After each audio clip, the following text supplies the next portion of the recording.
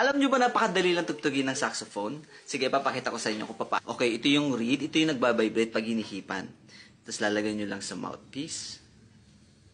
Yan. Ito yung ligature yung naghahawak sa reed at saka sa mouthpiece. Okay?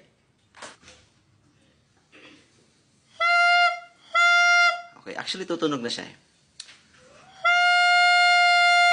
Kailangan nyo lang makuha yung tono na yan para malaman nyo kung tama na yung ihip nyo at saka yung pressure. Pag nakuha nyo na yon, ilalagay nyo na yung, ang tawag dito ay curved soprano. Curved soprano. Yan. Napakaliit lang niya. Less than 1 kilo lang to. So, pwede sa mga bata. So, lalagay nyo lang yan. And then, pwede mo na siyang hipan. No? Kung anong ginawa mo kanina, ganun din. Next is yung combination ng mga fingering.